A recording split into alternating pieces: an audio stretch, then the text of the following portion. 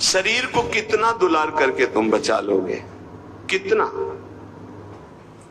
खा पी के खूब चर्बी शरीर में बढ़ रही है, नष्ट होने वाला है। एक घृणा करो इस वृत्ति से। अच्छे अच्छे पदार्थ खा खा कर शरीर को मोटा कर रहे, अपने आप को उठने बैठने लायक नहीं रह रहा शरीर। कहो व्यायाम करो, प्राणायाम करो, शरीर को कसो, शरीर स्वस्थ, चित्त स्वस्थ, साधन संयम परायण, अभी आनंद आ जाए। भोजन तो व्यायाम, वायु ले रहे हो तो प्राणायाम जरूरी है।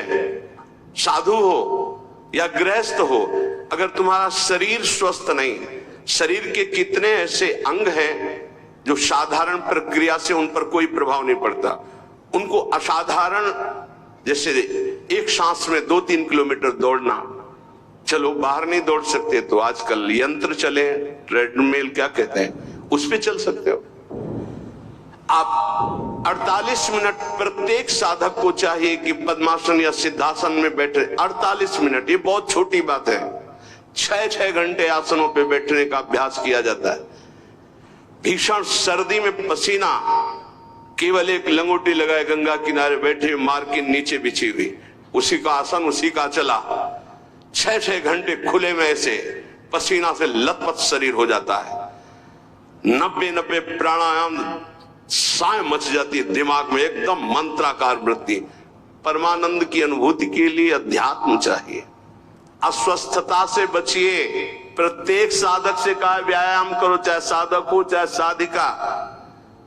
संयम से चलो, व्यायाम प्राणायाम अत्यंत आवश्यक है। ठीक है, आपकी दिनचर्या ऐसी, तो समय निकालो, ऐसी दिनचर्या में समय निकालो कि आप व्यायाम कर सको, आप प्राणायाम कर सको। मान लो मेरी बात, आहार अल्प पवित्र आहार है, पक्का, इसमें कोई संशय नहीं, गुरु प्रदत्त आहार है, और अल्प आहार तो शतोगुणी बना रहेगा। दूसरा, व्यायाम प्राणायाम प्रत्येक साधक को करना चाहिए।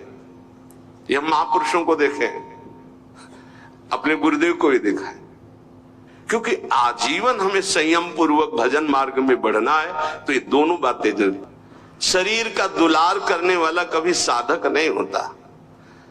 प्रायः कुछ ऐसे महा कृपा पात्र जन हैं जो शरीर को संयम में, इंद्रियों को संयम में रखने की विचारधारा करते हैं।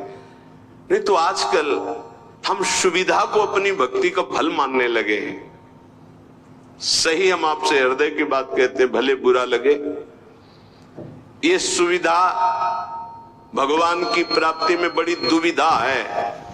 जब तक भगवत प्राप्ति न हो जाए तब तक सुविधा का भोग न करें। हम धन्य घड़ी वो मानते हैं जब हमारा जीवन असुविधा में व्यतीत हुआ है, 20 वर्ष।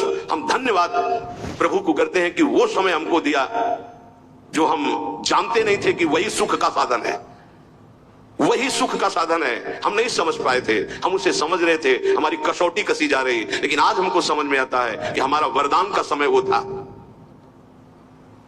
असुविधा साधक को ऊंचाई पर चढ़ाती है और सुविधा साधक को रोक देती है। ये पकड़ लेना, जिसकी वृत्ति भगवदाकार हो गई, महलों में रहे चाहे झोपड़ी में, कोई फर्क नहीं पड़ता, लेकिन ये स्थिति प्राप्त करने के लिए असुविधा चाहिए।